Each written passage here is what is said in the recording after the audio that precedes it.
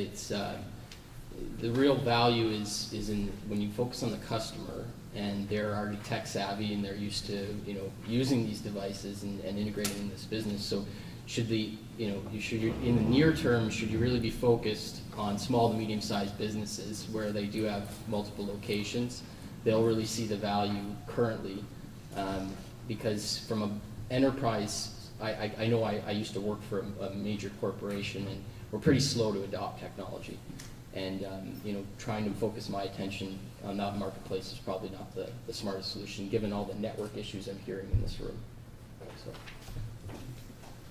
Any comments? I mean, it doesn't warrant an answer from happy to chat with you later. Yeah. And, see what you're trying to do, what resources you have, and target. But your right focus is what it's all about, and absolutely focus on the customer. What are the customer needs? How are they trying to do things? What are the challenges? And if you solve for those, and it's not always, in fact, invariably, as I said earlier on, I'm finding it's less and less about the technology. It's more about how do you glue it all together and make it work effectively and efficiently for the user, who really doesn't care about the technology, by the way. If you go to a line of business, a sales guy, an engineering, manufacturing, they don't care. They don't know what telepresence is or video codecs. They just want to know if they can communicate. And that, I think, is what you need to focus on. To add to that, I would really focus on what is the experience that the customer ultimately wants to have. Because I see a lot of integrators, and working with a lot of integrators, that have a customer that says, I have 10 locations that want to connect over video. And they look at it from a speeds and feeds perspective, but they don't ever focus on, well, how do you want to actually be able to dial these people and communicate, and how easy can that, or how easy do you need that to be? Because a lot of integrators just hand them a remote control and say, here's how you interact with the technology, and that's not the right approach. So really understand what is the experience looking for and back into it from there. Great point.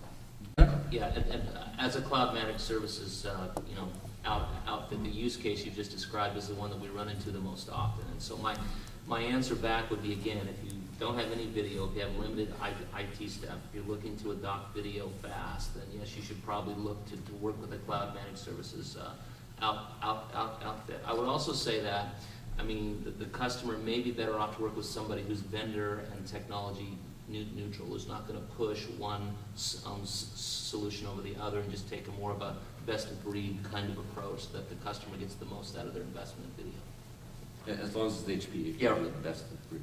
David, Jeff, you want to give your thoughts? So just a couple of things. First off, I'm amazed at travel the world in video conferencing capacity, and I will tell you that the number of people who actually know how to A, sell and B, certainly implement video conferencing is very limited. Compared to other industries. You'd be hard pressed to find somebody who knows what they're talking about, really knows what they're talking about. Secondarily, if you're in the medium to small or small to medium sized business, all the vendors around here, the Polycoms, by and large, despite what you might think, they go for the large corporations because that's where the bigger money is. It's very difficult if you're a small business in particular. You will be forgiven for going for Skype or something, which is really easy, because there aren't very many people who can afford, frankly, to go out into that environment and even sell managed services, right? The cost of sale is too high. Right. So I think there's a black hole there, if that's what your question. I really do. Now consultants, there's some very good consultants around.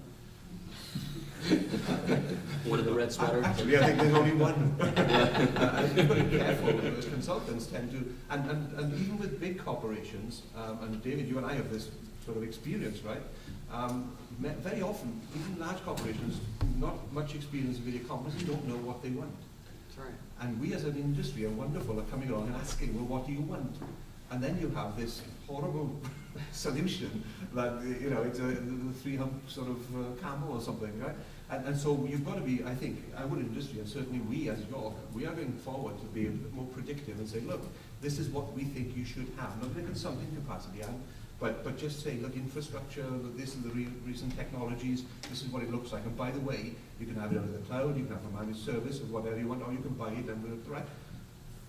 But getting at the small customer is certainly a challenge, frankly. Jeff, last word? Yeah, and so the advantage, I guess, of being last is probably some repetitiveness here. Like a learning. So what they said. I think, again, it goes back really understanding what do they want to do with video? Who do they need to talk to? Is it all within their own organization, or is it outside their organization? Working with a lot of different types of resellers out there, both AV integrators and what I'll call your legacy Cisco, network integrators, is still see a lot of them focusing on the endpoints. Where do you need video? All right, so what is the environment that you want video in? Is it in these big boardrooms and training rooms and highly integrated rooms? Is it the desktop? Is it mobile? So understanding where they want the video, because I try to consult with my partners to focus on the infrastructure first. Okay, because if you put the proper infrastructure in place, then the last question is, where do you want video? And the answer is, because you can have it just about anywhere you want. It's why you want video is a good question, isn't it? Well, why do you want video too, right? So what are you going to Well, I also think you've got to look at what are you going to do with it once you've got it. Right. Because I think a lot of people get the video and then it sits there and collects dust. So, it's all good answers, but I'm a little disappointed none of you guys said go to the IMCCA website and look at the buyer's guide. I wasn't finished, I was going to say that. Oh, okay. Go to the IMCC website, yeah, IMCCA. Oh, sorry. IMCCA.org. I have to tell you, it's been a very interesting dialogue, but to me, the death knell of this whole industry will be all of the items that we talked about. Interoperability problems, complexity. I hear this complexity, go to a service provider. That is what will drive, and what's lacking, what we're trying to do is build community, which is what Skype has, right? And so I think, we have to solve, I think, the interoperability problem that we have, the complexity problem that we have. This whole technology has to be invisible, right? And we've been working on this for a lot of people in this room for some 15 years, or more. So I think the alternatives over the next 5 years will manifest themselves as what is the simplest, easiest solution. And it may not be a lot of the polycoms and things that we have today as the ultimate winners. So. We could roll the clock back to the days, pick any of the other technologies in this space. Look at audio when it was operator done. Right. We're a lot reservationless audio now. So it's going to take, it's an evolutionary process, not a revolutionary process. We've come a long way, we still have a ways to go. The interesting thing is, if you buy any one company's technology, ubiquitously, everywhere, doesn't matter which one, if it's, GradVision or if it's Cisco, or if that's all you're using, it works beautifully. In your enterprise, outside your enterprise, through their B2B channel, it all works. The issue is that we don't have a regulatory board, and we don't have a standards agency that has the power to say everybody do it this way. It's a free market. And in the free market, a number of the firms, not just represented here, but a number of the firms on the show floor, compete by being difficult to interoperate. So the only way to solve this problem is wait it out or vote with your pocketbook, which is very hard to do. If you guys are technology managers, in my other career with my hat on, I'm a technology manager, I want to buy best in breed. I can't buy best in breed because my CEO and my CIO tell me who I'm buying with because that's our technology part. And I can't throw it out if it doesn't work. So the solution is not a technical problem, it's a political problem. We have too many people in the industry. Do we have any light at the end of the tunnel for fixing that, other than future consolidation, folks? Absolutely. And what it is the market will drive it.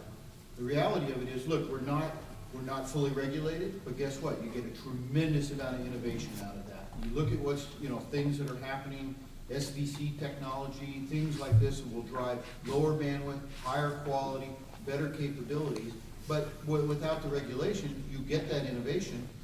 But now what's going to happen is we're at an interesting stage in the market where we've got all these new technologies that want to have their own protocols, their own capabilities to try and corner some of the market under the guise of being altruistic of providing a better capability.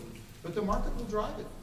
The market will absolutely drive it. It will demand that all these islands start working together, and we're going to see that. So unfortunately for all of the customers, we're going to have to muddle through that for some period of time. But you take a look at what we learned from Skype. $8.5 billion was paid for a company that makes no money, effectively, right? It wasn't a revenue purchase, it wasn't a profit purchase for sure. But they have two things. They solved two problems that this industry didn't. Directory, firewall traversal, and ubiquity. So, that's where we're headed. I don't know that it'll be Skype. I don't know that it'll be anything else, but the market will drive it and demand it, and it'll happen, I think, fairly quickly. That's a good point. Any other question? You guys just want to hear me talk all day, huh? Sure. Can you give us your name and where you're from? Hi, my name is Brian, and I'm from the Darden Graduate School of Business at the University of Virginia, and I haven't heard anybody say anything about the collaboration factor. We've got the video, we've got the audio, but I deal with people who, you know, an outside person wants to come into a classroom, or a professor wants an outside person to come into the classroom. They have GoToMeeting. We also have our executive MBA group that does Adobe Connect sessions. They don't even use video. They collaborate and they have audio through that. So any thoughts on that part of the process coming in with the, you know, bringing all three together? Yeah.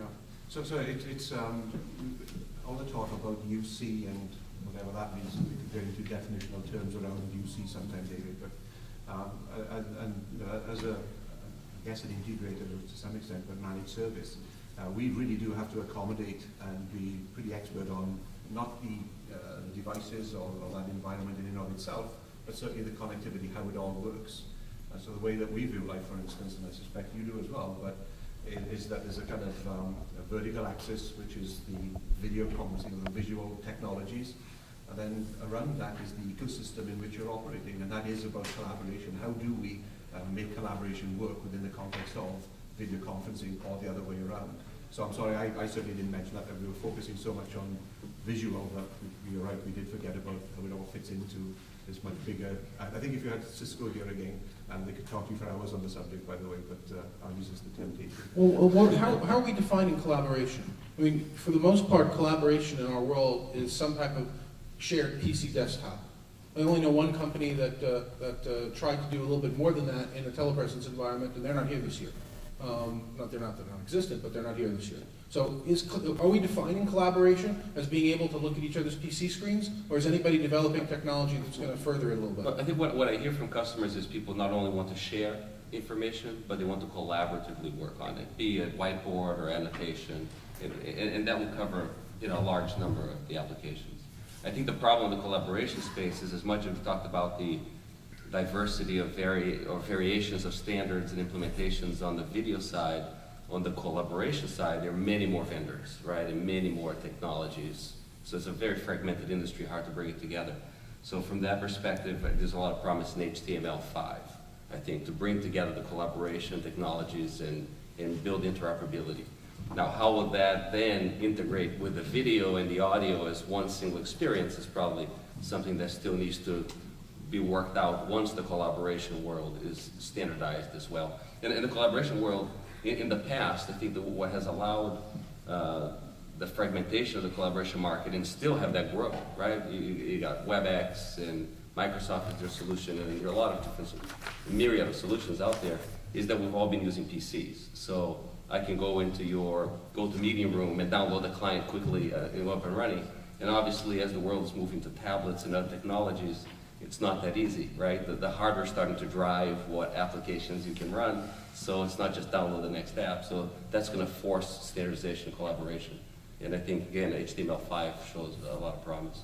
That's a few years away. But WebEx and Adobe Connect and Link all have a video component in addition to the collaboration. Is that telepresence?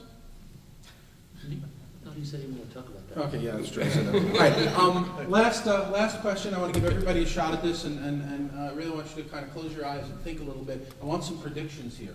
Okay, if you want to talk about where we're going to be next year or the year after that, is there anything that people should be looking out for that they're not thinking of? What would your advice be if somebody is looking to buy or looking to use or change or even looking for a career? What's going to happen in this industry in the next year or two? We'll start at this end this time, Jeff.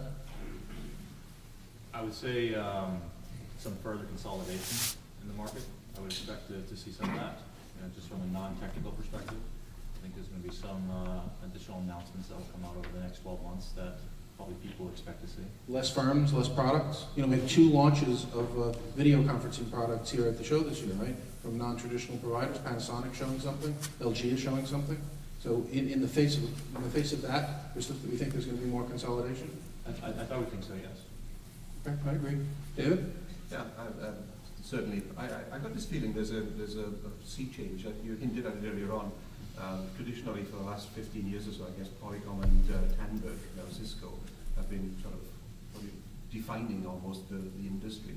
And the newer technologies, not least of which is the conversation that is around Skype, are redefining it, and I think that's going to continue and gather pace, whether it be video with SBC technology Bob was talking about. I think that's going to redefine.